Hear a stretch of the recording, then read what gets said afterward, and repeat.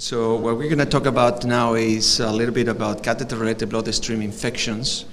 It's one of these things that kill cancer patients, among other things. First, I want to make an introduction, talk a little bit about the problem. Later on, I will get into more details this afternoon about how to prevent them and all the difficulties we have with catheterization, the type of devices that we use, et cetera, et cetera. When we talk about infections, we need to talk about sepsis. As you can see here in this graph, the incidence of sepsis has been increasing over the last few years. In part is because we have become much better at identifying the problem. In part is because we have become very aggressive. We are doing big surgeries. We are putting a lot of catheters in patients. In this data from the year 2000, we can see that there is an annual increase about 8.7% with about 750,000 cases per year or more. Of course, the economical impact of these infections is tremendous. If you look at the data coming from Europe, about $7.6 billion per year in the year 2000. At the same time, in the United States was more than double, with 40% of these expenditures in the ICU. And at the time, we used to say that sepsis killed about the amount of people that fly in 3 jumbo planes every day, but no one was paying much attention. So the incidence of catheter-related bloodstream infections, which is part of the sepsis problem, has been reported to be as low as 3% and as high as 16%, with 2 to 30 episodes per 1,000 catheter days. And it depends on what type of hospital you are, in what country you are, what type of measures you have in place, etc. So 19% of all the ICU infections are related to the use of these devices. 87% of the patients that have bloodstream infections have a central catheter in place, with a mortality that has been attributed to this problem about 25%. So 1 in 4 patients with these infections will die from it. Looking at the year 2002, a publication in the United States showing that about 1.7 million people had infections during that year in the United States, including pediatric and adult patients in the ICU and outside the ICU, with about 100,000 patients that die from it. The second cause was, as you can see here, infections from bloodstream nature. One of the problems that we have with these catheters is that it increase our length of stay, and not only our morbidity, mortality, cost, etc. And the CVC are used these days in more than 50% of the patients in the hospital. In our hospital, probably close to 90% of the patients have a central line in place because of the chemotherapy, etc. And with the range of attributed mortality as low as 10% and as high as 35%, and an economical burden up to $56,000 per survivor. So when we look at these devices and how we actually allow these infections to happen, you can see that there are multiple mechanisms, starting from the hubs, the skin, the infusates that we use in the patients, the skin flora, contaminated infusates, etc., and the host factors, the severity of illness, colonization of the skin. And you will see that as a patient comes to the hospital and stays longer, the patients develop more serious infections with multi-drug resistant organisms. And the longer they stay, the worse the problem is. One of the problems that have been very well described in the laboratory is the biofilm formation. As you can see here, a few bacteria get attached to the device, to the surface of the device, and start to create colonies. And these colonies grow into citadels, and these citadels start to break apart and start to embolize. These are important because as we talk about colonization, we don't give much importance to colonization. But if you look at data even from nasogastric tube placements, when you put a nasogastric tube in place, something so innocuous, 30 minutes after the insertion of these catheters, they are already colonized. And colonization is associated with infections. If a catheter is colonized, there is a high likelihood of developing an infection. The exit site infections, well, these are easy to diagnose. Tunnel infections as well, because you can do it by palpating the area. But the catheter bloodstream infections are much more difficult to identify. Sometimes we don't know that the patients have it and miss the opportunity to fix the problem at early stages by removing the catheter early and not treating the patients appropriately. So these are some of the definitions that the Centers for Disease Control have used in the past. Unfortunately, they keep changing the definitions and confusing us in what we do surveilling for these infections. So this is not really a definition that we use clinically, but for surveillance purposes. And the importance of the surveillance is that we have a number that we can track and then associate with the interventions that we put in place to fix the problem. So we need to have a steady number and clear definition. If we keep changing the definition, we keep changing the rules of the game, it's very difficult to track the impact of what we do.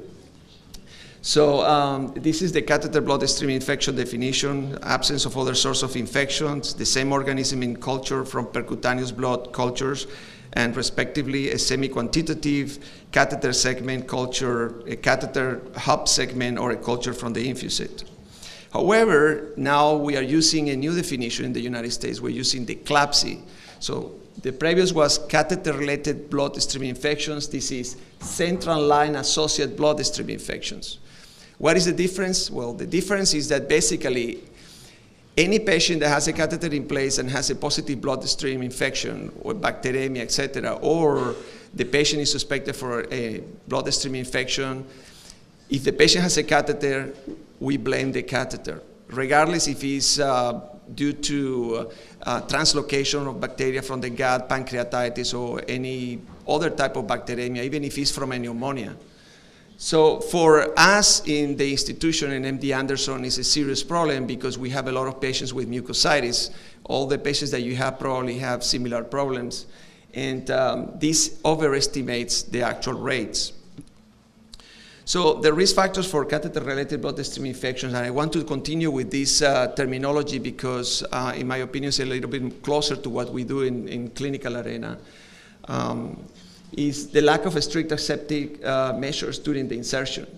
So 6-fold reduction if implemented appropriate aseptic measures. Experience of the operator is not the same to have a student or a resident putting a central line than to put an expert operator. 8-fold reduction with more experience. The internal jugular catheterization has been associated with a higher incidence of infections. In my opinion, is because those catheters used to be placed with very poor aseptic techniques. The care of the skin with chlorhexidine 2%, which is clearly identified today as a factor to improve the outcomes, with a 4-fold reduction by using chlorhexidine instead of betadine or any other solutions. Personal practices, the number of manipulations, use of needless infusions, the number of ports. The more ports you have, the worse. The more you manipulate the lines, the worse. The more days the line is in place, the worse. So every time you see a central line in place, you need to ask yourself, does this patient need the central line? Can I use an alternative for this central line? The duration of the catheter in place for more than 3 days is 3.3% per day increased risk. So more than 3 days, you have very highly significant association. The colonization at the site, severity of illness, the sicker the patient, the worse. Type of catheters inserted, whether you use an antibiotic-coated catheter, an antiseptic-coated catheter, all these things have an impact in the rates of infections that you are going to see in your units. Transparent dressings have been associated in the past, although recent analysis didn't show the correlation. The most frequent bacteria isolated, you can see depending on the type of catheter, the place where you are, the type of patient, but in general, this is the classic correlation of bacteria and association in TPN, Candida and Staphylococcus, in tunnel catheters, Corynebacterium, Enterococcus, etc. To make the clinical diagnosis, a probable diagnosis will be if you have a positive culture and clinical signs of sepsis. A more definitive diagnosis will be if you don't have any other source of infection and you have a clinical or quantitative microbiologic data implicating the catheter as the source of infection. There are many ways to do cultures and look at the diagnosis from the laboratory point of view. You have the comparative quantitative blood cultures, differential time to positivity, intranominal brush, acridine orange leukocyte cytospin. For example, if you look at time to positivity, there are many studies that have been showing the sensitivity and specificity of this technique. Basically, what you do is you send two cultures, and one from the central line, one from the peripheral vein blood, and if the catheter blood, the blood that was removed from the catheter becomes positive about 2 hours before the other blood, you know that it's the catheter, the culprit. We use it in our institution, but you need to have that technique in place in your lab. In the meta-analysis, the latest meta-analysis published in 2005 showed that pair qualitative blood cultures is the most accurate method, and that's what we also use. Again, one sample from the central line, one sample from periphery, and then you follow the results. Once you have a suspicion, you try to confirm the diagnosis. These are the laboratory indicators before the CVC is removed, and the clinical signs such as inflammation, pus, etc. The quantitative is colony-forming units from the CVC, but more than 5-fold than the peripheral blood cultures, and the qualitative CVC blood culture becomes positive at least 2 hours before.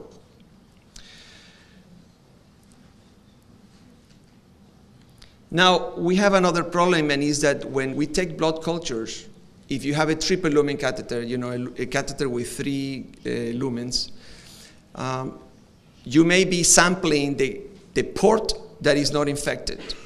So if you see this study here published by Dobbins, 40% of CVCs associated with catheter-related bloodstream infections found that only 1 lumen was significantly colonized. So you may miss completely the diagnosis. If you send peripheral blood and a central line catheter blood sample, both one could be positive from, you know, but at the peripheral and the catheter, but they may be responding at the same time, be positive at the same time, and then you don't think the catheter is the culprit. So that is a serious problem that we have, and we cannot fix it because sampling the 3 ports will require too much blood removal from the patients. And we are already removing almost 1 unit of blood a day with all these samplings that we are doing in the units. The management considerations include the extent of the infection, whether it's local or systemic, what type of microorganisms are causing the infections, the type of catheter, whether it is a surgical implantable catheter, percutaneous CVCs, is a PICC line or whatever, and the host factors, whether the patient has neutropenia and thrombocytopenia, etc. I have worked in many ICUs over my life, mostly trauma, military units, pulmonary centers, etc. But when I came to MD Anderson 12 years ago, I started to see things that I never see in my life, like putting a central line in a patient with 0 platelets. If you go to a trauma center, no one will really be thinking about putting a central line in a catheter with no platelets or any other type of units. And the most interesting thing is that many of these patients don't even bleed when you puncture them. I put big catheters. But some patients, like myelodysplastic syndrome patients, have a very high tendency to bleed. It doesn't matter what is the platelet count. So in these patients, it's very difficult to take decisions to remove catheters, because if a patient has a catheter in the subclavian vein and you think that the catheter is infected, you cannot remove it, because by removing you can cause an hemothorax and kill the patient. So that presents challenging decisions in the clinical arena. But the catheters in general are recommended to be removed. If you see the CVC removal improved response, look at these studies here showing that the patients that had the catheter removal have much better outcomes. In patients with candidemias, the same thing. These are studies supporting the removal of the catheter and the better response. Only one study of the ones that I know didn't show any difference. This is a study by Raad, who is the chair of the Department of Infectious Diseases in our institution, and you can see that there is a significant difference in the patients that have the catheters removed versus those that didn't. Now, there is a tendency to salvage the catheters, because of the reasons I mentioned, the thrombocytopenias, because some of these catheters are implanted, and we don't want to, expose the patient to a surgical procedure to remove the catheters. So there are techniques that have been developed, like, for example, exchanging the catheters for a catheter that is antibiotic coated. At the beginning, we were really concerned because we thought that if you have an infected catheter, by replacing the catheter, you basically are pushing more bacteria, creating more bacteremia, and potentially having a patient with worse outcome. But we have started to see is that actually, if the patients are stable enough to tolerate an exchange of the catheter, these patients are doing much better. So these are this is from the study of Shaftari in cancer in 2010, showing the difference between those catheters that were exchanged with those that were removed. And you can see significant difference in the relapse or infectious-related death and mechanical failure. The same time is here, exchange group, 95% overall response versus 76% in those that have only the catheter removed. So we think that is maybe the effect of the antibiotic and the tract that may have been infected. So those patients that may have a tract infected, that the infection started in the skin, or the catheter was externally colonized, because the catheter could be colonized externally or internally, and we will discuss this in the afternoon when we'll talk a little bit more about bloodstream infections, then that could be a factor that plays in their favors. Mechanical failure, pneumothorax, or unsuccessful attempts, when you are trying to exchange the catheter, you're going to have much less complications than if you are removing a catheter and putting a new one. So you need to look for a new site. And in attempting a new site, you may have an hematoma, hemothorax, pneumothorax, and other complications. These are in vitro. So when you look at the catheters that were exchanged uncoated versus those that were coated with chlorhexidine and the minosin rifampin, you see that there is no growth in the minosin rifampin. Minosin rifampin catheters have been a tremendous success. And one of the best ways to reduce the infection rates associated with these catheters. Again, following the same study, they removed catheters within 7 days, and the results in the defervescence of fever, etc. This is a study published in the New England Journal of Medicine showing basically two things here. What I want to point out is, one, the patients that have sepsis, septic shock, you don't talk about rewiring any catheter, you just remove the catheter. Only those patients that actually are stable enough, you consider rewiring the catheter. These are from the Infectious Diseases Society of North America, Guidelines for Intravascular Catheter-Related Infections, published in 2009. They recommend to do a guide wire exchange with an antibiotic-coated catheter when it's possible. Almost to finish here, the catheter-related bloodstream infections with non-tunnel removable catheters in non-complicated infections. So you could consider keeping the catheter if it's coagulase negative staph, the culprit. But if it's Staph aureus, Candida, or other organisms, you remove and treat for 14 days, do transesophageal echo or transthoracic echo, depending the capabilities to treat the patient. In complicated, you treat with antibiotics for at least 14 days, remove the catheters as well, and in osteomyelitis, endocarditis, or septic thrombosis, you treat the patients for 4 to 6 weeks. Okay. This afternoon, we'll talk about ventilator-associated pneumonia and catheter-related bloodstream infections. And I will expand in all the type of devices that we actually use, antibiotic-coated, etc. We have moved now to more peripherally inserted catheters, particularly because of the challenge that we have with thrombocytopenia and respiratory failure.